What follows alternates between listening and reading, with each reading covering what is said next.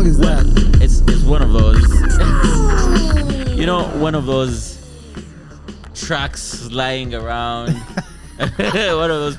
It's. I'm actually playing a project. Stuff you do in your sleep. Okay, fine, cool. I understand that. Very, very, very old project.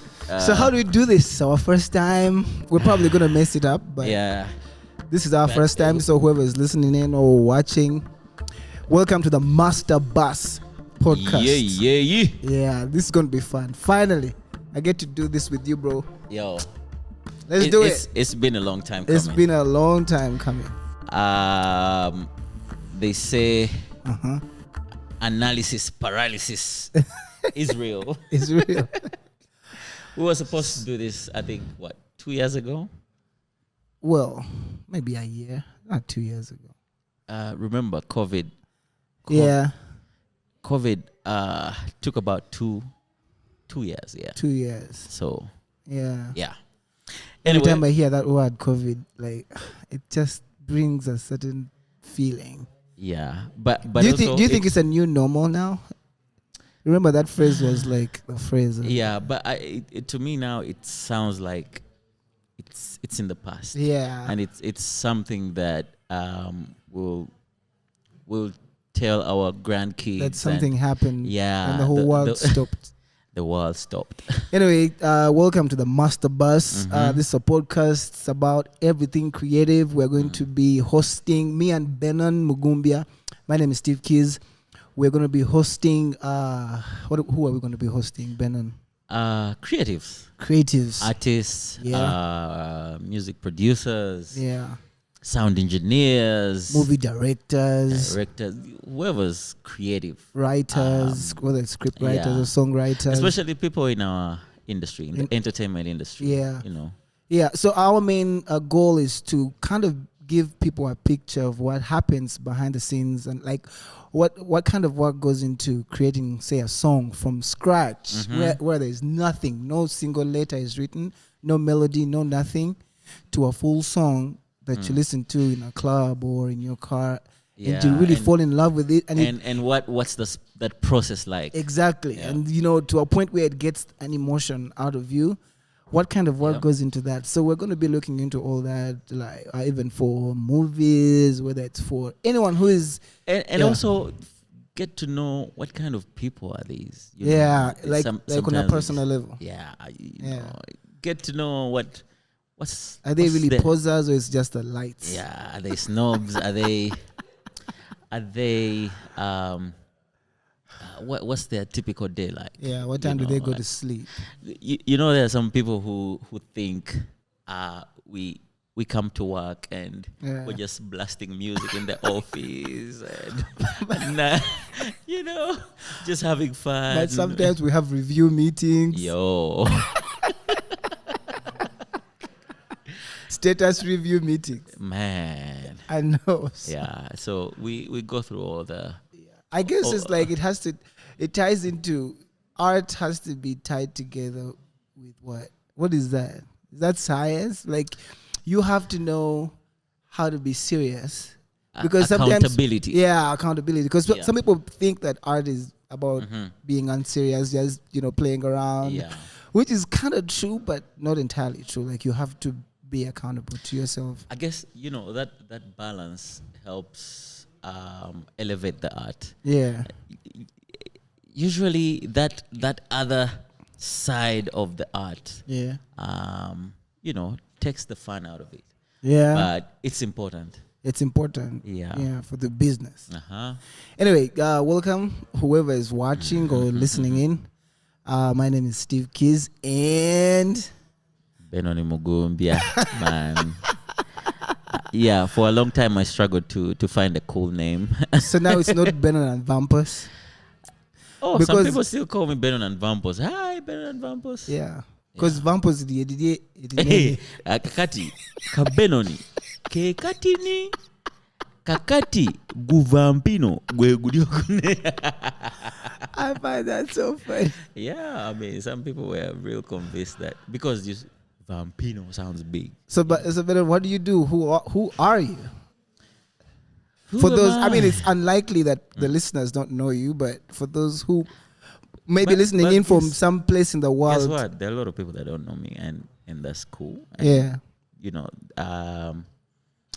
I hate to assume. That everybody knows. So that's why usually when I meet somebody, I introduce myself, Yeah.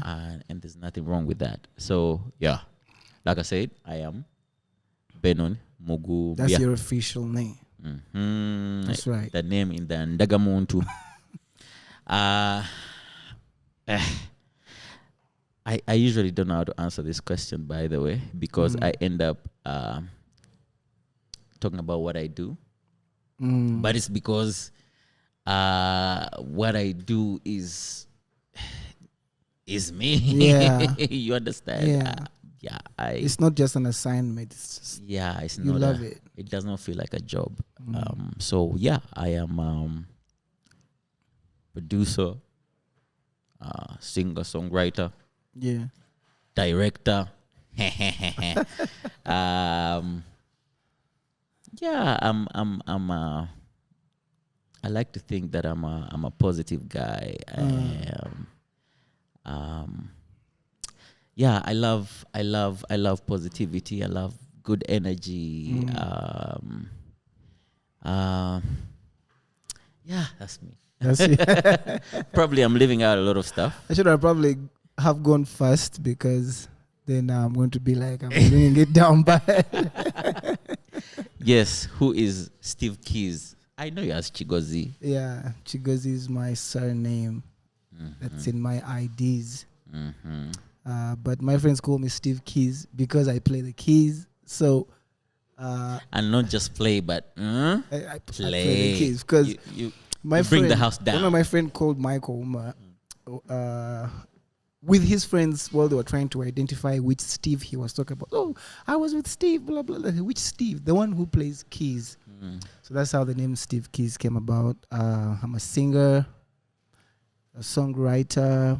I'm a music producer. I know you're a movie and music video producer and all that. I'm a music producer. I produce songs. I'm a mixing engineer without the mixing degree, but I do. Okay, the degree is from the streets. Yeah. And usually that is the legit You one. know what I mean? So I mix songs, but I love people. I laugh a lot, I'm told. But then I'm also very strict. You waste a sometimes. lot of time laughing. I waste a lot of time. Yeah, in studio. It's part of art, bro. No? Sometimes it's unnecessary. So I should change myself because I'm talking about who I am. Oh, okay. Go ahead. No, I mean, should I change myself and stop laughing? No. we all need a bit No. of that. Anyway, yeah. So I'm playful at times. At times Most times. I'm very serious. What else? I'm a Christian. I like sports, mostly basketball. I like watching and playing basketball. That's who I am. Yeah, I'm not a very. That's Steve Keys, ladies and gentlemen. Yeah. Yeah. So, tell me something. How did you get here? How did you end up here? I woke up, got into my car, and No, I don't drove mean here. today. I mean, So, oh my goodness. I know. Yeah, you see, there are a lot of dots that have happened in my life, and most of those dots, when I look back, were very pivotal to where I am right now. Like, I'll give you an example. Had I not have gone to Namasagadi College. Namasagadi College. For those that don't know, Namasagadi was or is, I don't know if it still exists, but it was one of those schools that were about education, not just in the classroom, but, you know, the other stuff, the sports. We used to the know music. them about we used to know them for dancing. Yes, dance, drama, chess. So me going to that school has a lot to do with What did where you I learn am. there? So in fact, you might all be in O level. So okay, That's a funny fine. story. So this is the juice. In Deje, Let's hear this. in Deje SS. But this is the funny thing. Before you even start that story, is because we were in the same school, and we talk about it a lot. Yeah. But I don't think that you and I ever spoke to each other. No. In school, we never did. But we knew No. each other. In fact, after the moment I'm going to talk about, I Yeah. resented you a little bit. You were that kid. So one time, I used to rap. Okay. And then, so one time during the end of year school dance, Entertainment. Whatever that thing I is. grabbed the mic. Yeah. And you I brought thought the I house did my down. thing. I thought I did my thing. No, you were Dr. really good. Dre, you Yeah. know, ride on up, so get up. I Yeah. get a move on. I get your groove on. It's the DRE, the spectacular, in a party. Go for your Mexico. Hey, Hey, yo. you killed it. And then this kid walks in from S1, I was Shabe Lauze. exactly. Ay. What rap did you do? It was Timbaland stuff. Timbaland and Magoo. Love to love ya, love ya, love ya. I don't even remember the words, but it was the song then. Yeah. So, yeah, it was not a good look for me. But anyway, No, for the record, I ended up winning that rap yeah, contest, whatever it was. But also because I was young Yeah. and I was likable, and I was in S1, I was a new Uh-huh. kid. They're like, "Oh, he's cute" and all that. So yeah. every time I got the mic to rap. And I remember the MC was like, "No. I think let's Do it again." Let's do it again." Yeah, Because he was shocked that everyone was, rocking for you. yeah. Anyway, yeah. So you it hated. was a hated bit, me. low key. That's funny, but Yeah. now it's funny that we've ended up in the same Man. place. you know they say God is a comedian. So anyway, I was very much interested in music, but in Deje, it felt like I was a misfit. Yeah. Because it was a very serious school.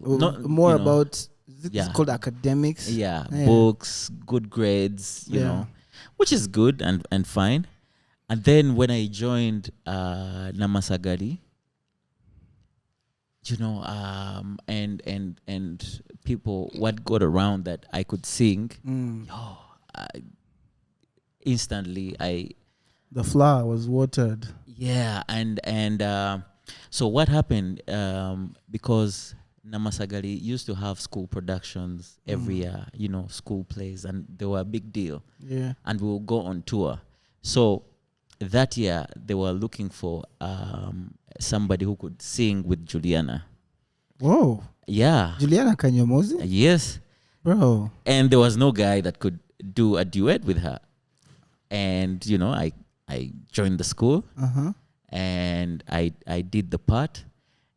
And because I didn't have an understudy, so an understudy is somebody Someone that who's can learning from you. that can say, for example, if you're the lead role in the play, Mm-hmm. and you fall sick, there's somebody Yeah. like a substitute. Yeah. So because my part was singing, I didn't have an understudy. So I was exempted from all the school chores like Yeah. slashing, cleaning. I was treated like a king. So I'm like, okay. I like this. I like this new life. This is cool. This is cool. But anyway, but also watching Juliana progress and seeing how Was she in school then? Yes, she was in school, but she took music so serious. Like she was the kind of girl who would not talk to you because you missed rehearsals. Oh my God. Yeah, and I'm like, come on, man, we're just having fun. Yeah. We're just singing. And then later on that year, that's when they released the album IJ, the album she did with Irene. With Irene. And at school they played the full album at the assembly.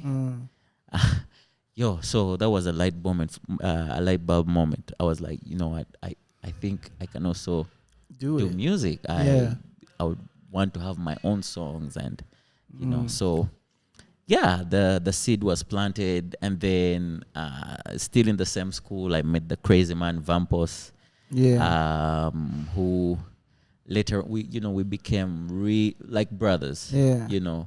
And I guess it just clicked. Yeah, like you had the same. So during vacation, mindset. like, you know what? Why don't we start recording music? Let's have our own songs. We started performing together.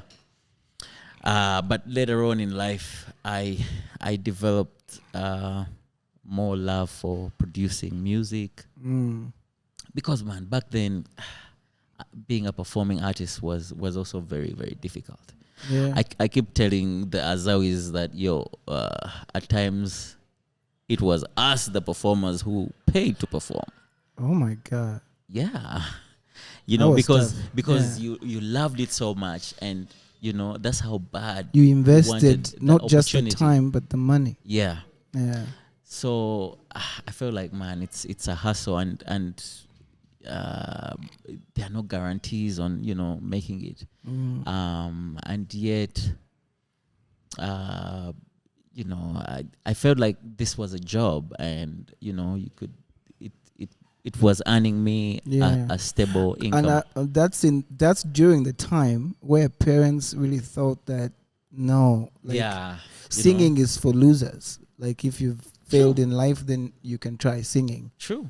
That's it. Yeah. That's during that time. That must have been tough.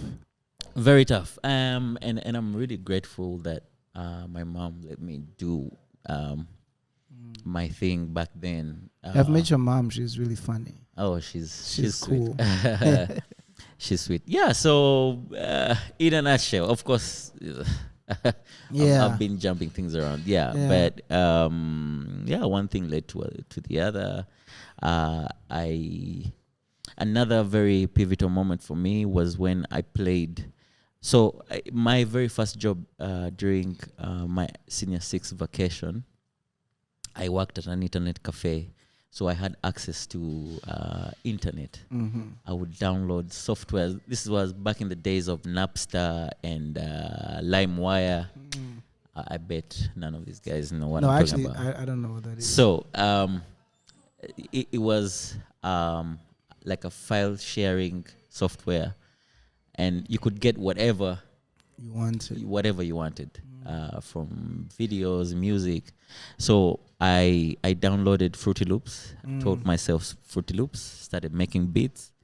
So one evening at DV8, I played some of my music to that you created yourself. Yeah. I played it for a friend of mine who I consider to also be a brother.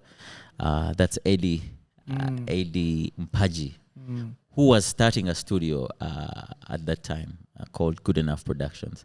So he listened to my music. He's like, "Yo, you can be a producer."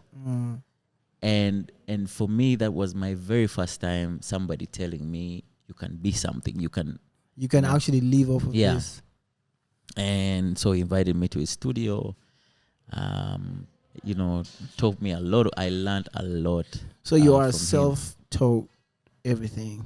I know people don't the like very that. basic stuff. Yeah. But you know, he taught me, you know, so many things. Yeah. The different DAWs.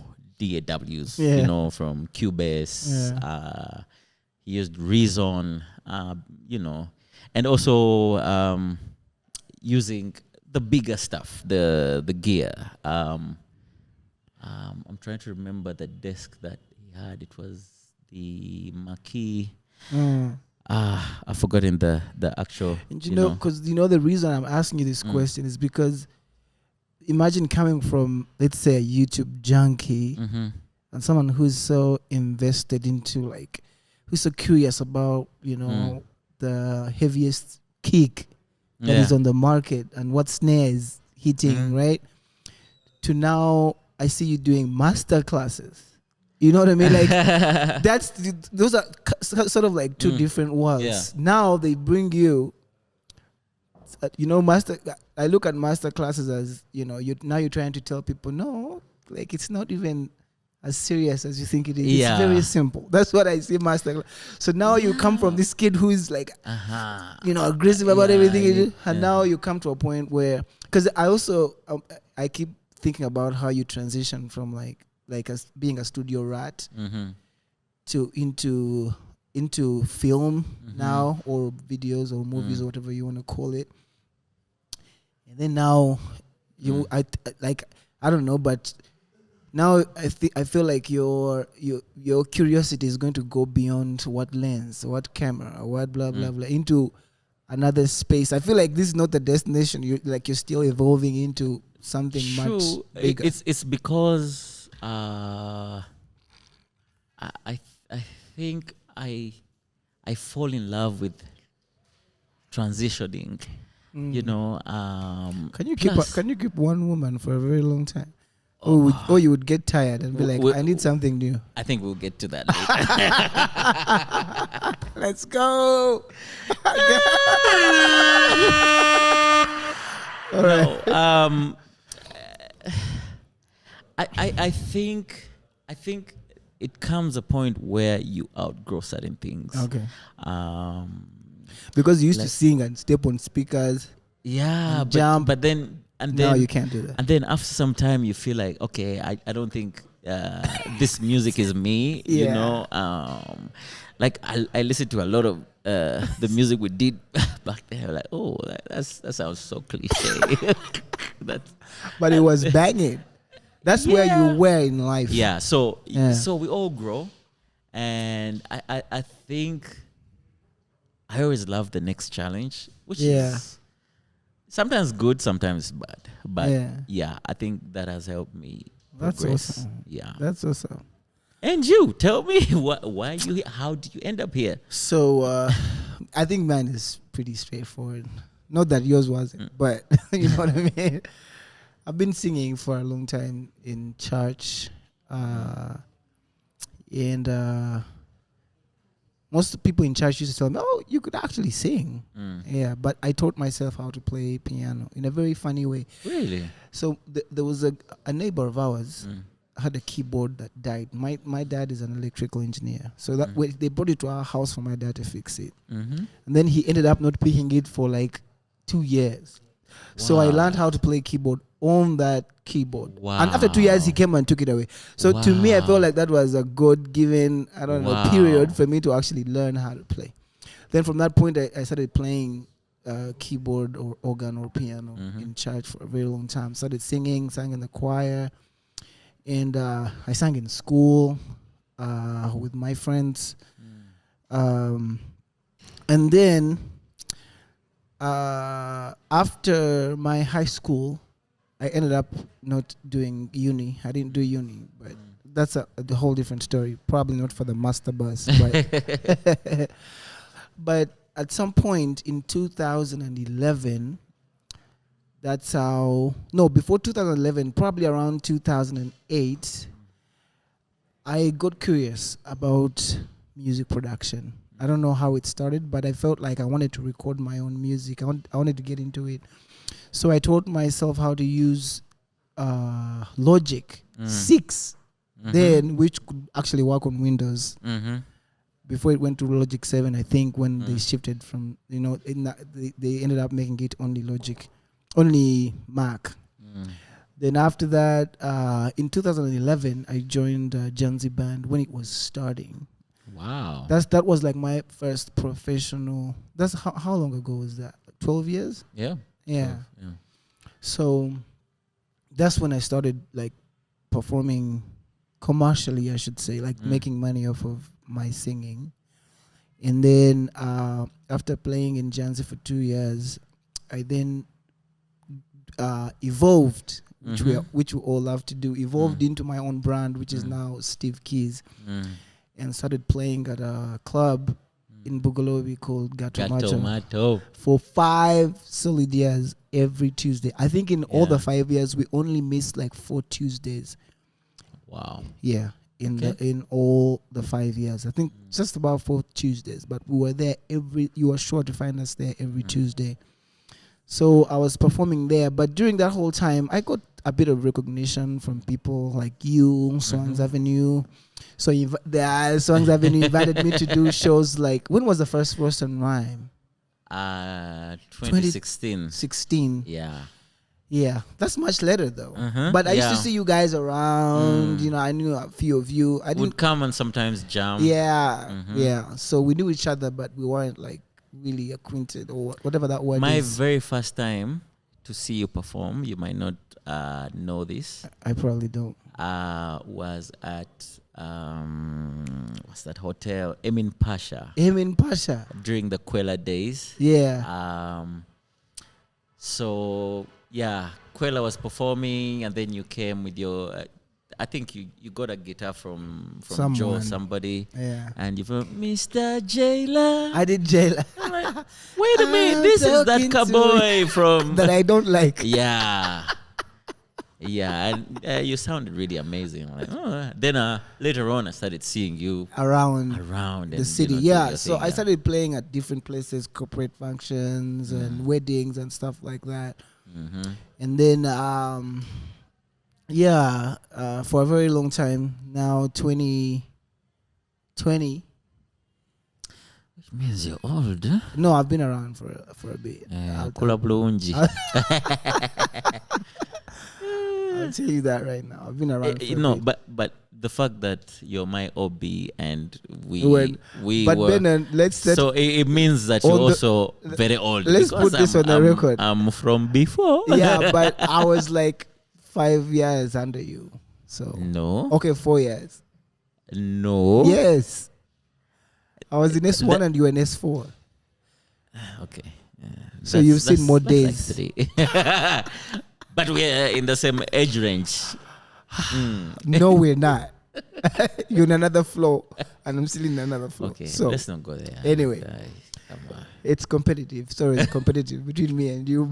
But yeah, we'll come to the part where you've won more accolades than I have. But I'm okay with that because I'm going to win bigger accolades. I know that. Okay. Facts. Anyway. Yeah, so 2020... So Swangz was giving me some work. I was working at home, obviously, because of COVID. Yeah, and then I think 2021, I started working with Swangz Avenue as a in-house producer. And it's been a good journey so far. Great amazing. And yeah. For me, sorry to cut you short, but I feel like God's timing is really amazing. So I mean, hadn't we worked with you, I don't think we would have considered the nice music and the sound of Azawi. Yeah. You know, blessings. So the way things are put together is it's really magical. The world really brings things together. I really pay attention to a lot of those things. Sometimes it might seem small, but I appreciate them. Yeah. Like you can meet somebody very random in a very random place, but later on, you end up realizing that, I need this project to be done. Yeah. Wait a minute, I met a guy who does. Yeah. And it's and amazing. Boom, yeah. So I've had fun, and it's been such a growing time for me ever since I came to Swangz Avenue, understanding how the business works. Yeah. I've learned a lot about how the industry works, which I think on this channel we want to bring into light for people to understand, because so many people, talented people out there, don't know. They feel like you just go to studio, record a song, it's very nice, and then you post it everywhere. Or you distribute it everywhere, and then next day you wake up and you have 1 million calls. Sometimes it works like that, but not always. Yeah. Actually, most of the times it won't work like that. Unfortunately. So it's like working with different artists. I was good doing my own stuff in my own room, mixing my own songs, writing. But now, working with different artists, mixing a whole album, you know, and working with different companies on different, you know, ads or jingles or whatever they call those things. It's been a totally different experience for me, and so this is where I am right now, and I'm still growing. I don't know if like you, I would grow into film or I don't know. I haven't like you never know. I never know. Let me ask you something. Is it more pressure? Because I've listened to all your albums. Is it more pressure working or mixing your own music or for somebody else? Because it's different. It's so hanging around you guys has changed my attitude towards that. Because I used to have a lot of pressure mixing my own stuff because I wanted to sound so good and very impressive. But art sometimes is not about that. It's about emotion. Some of the things that you might think are rough, people end up falling in love with those same things. Yeah, because they were genuine and exactly, they were genuine. The right emotion. Yeah. So now I'm learning so much to put the pressure off my shoulders and just let the emotion rule, because that's what the people connect to. If the song is sad, it needs to make them cry. If the song is happy, it needs to make them jump and put their hands up.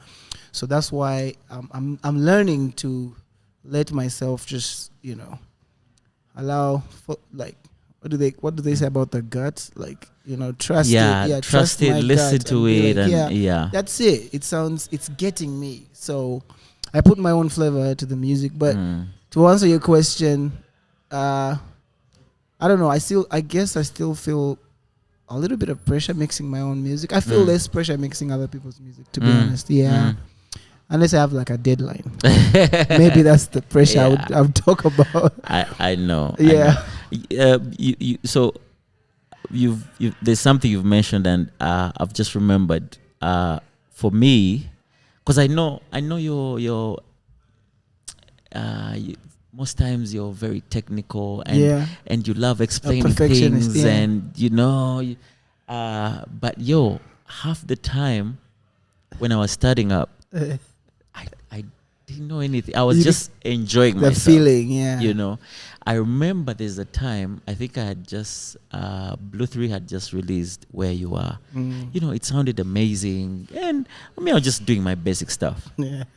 And I received a phone call from Nicholas from First Love Studio. That guy is talented. Oh, he's amazing. We need to bring him on the show. Yeah, I mean, that this show is all about them. Is mad talented. So he calls me and is like, "Yo, tell me what compressor do you use and what ratio?" He was getting very mad scientific with me. Yeah. And I was a guy who just slaps on presets, and I'm like, oh my God, I need to do some homework, you know. But for me, I feel like that helped me a lot because I didn't know most of these things, and I was just enjoying myself and having a good time. I guess until that's very important.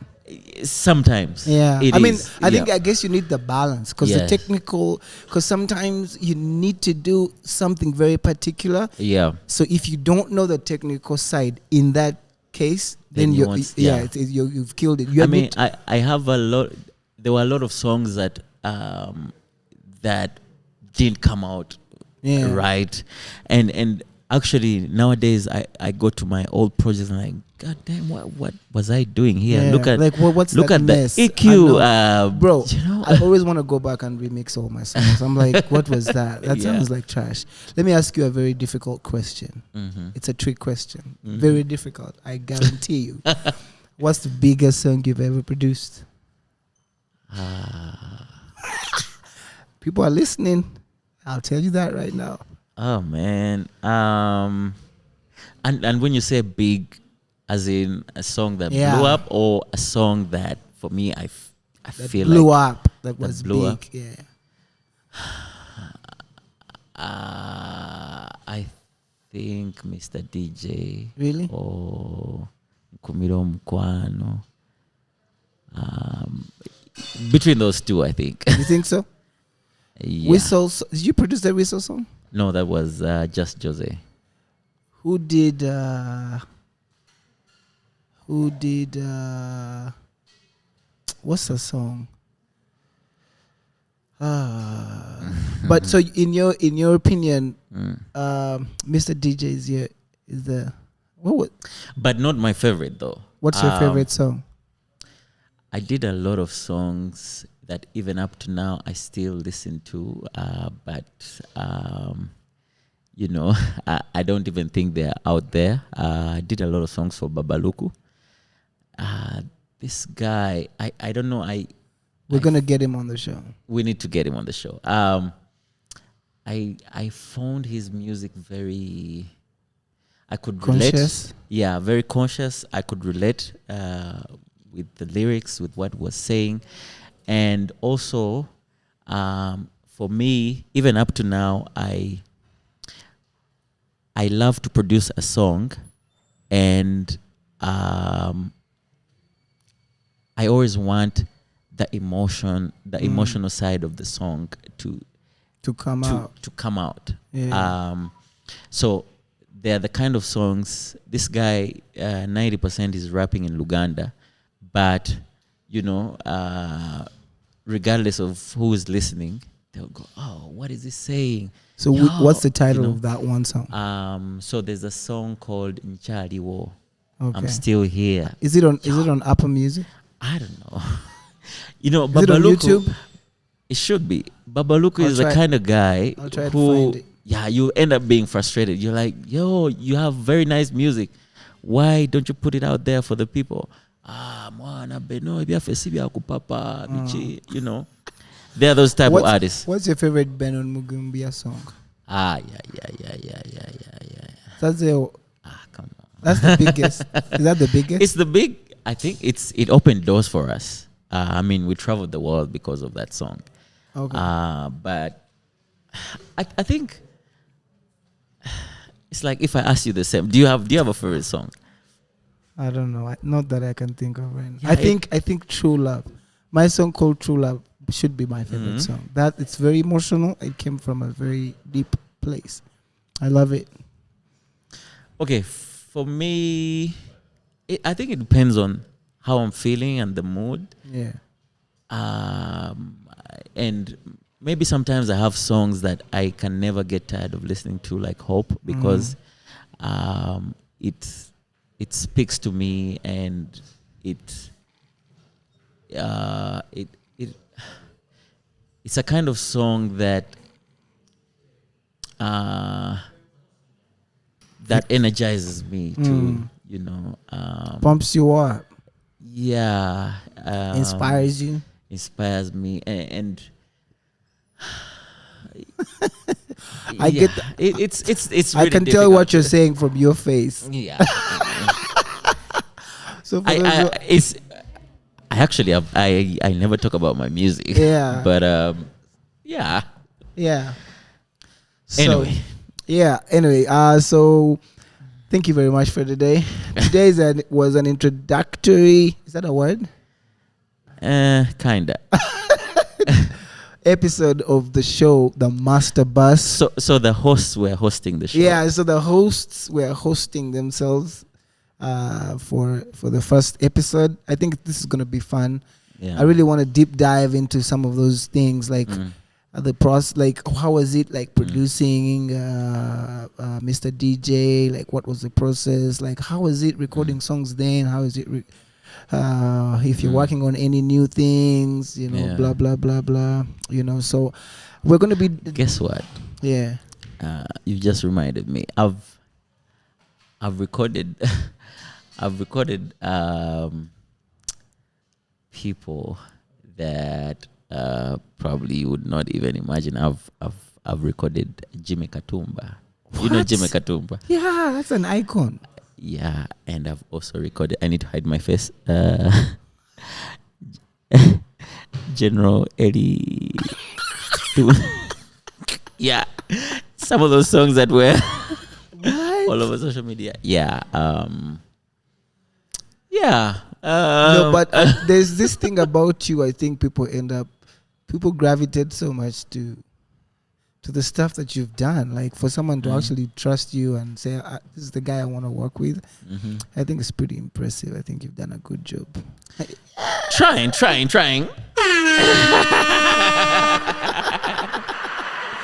Anyway, we need to end the show. This was the first episode. We probably messed it up, but it's gonna be fun. We had fun talking about this. Some of the things we've talked about right now, we've never talked about. Like you and I. But I'm glad that I did know that the way we saw each other. I can't say we met each other because we didn't really meet. In school, but and now we ended up together and we're working together and it's so much fun. I'm really thankful for that. I think you're a good guy.